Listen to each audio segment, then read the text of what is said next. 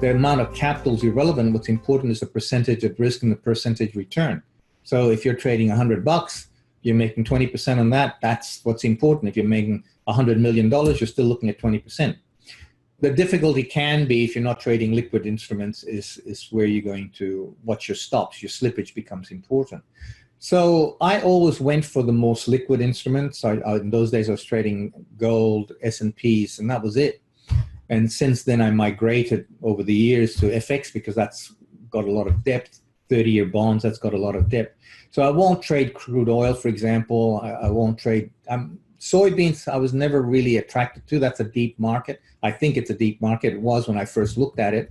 But I won't trade things that are heating oil and crude oil.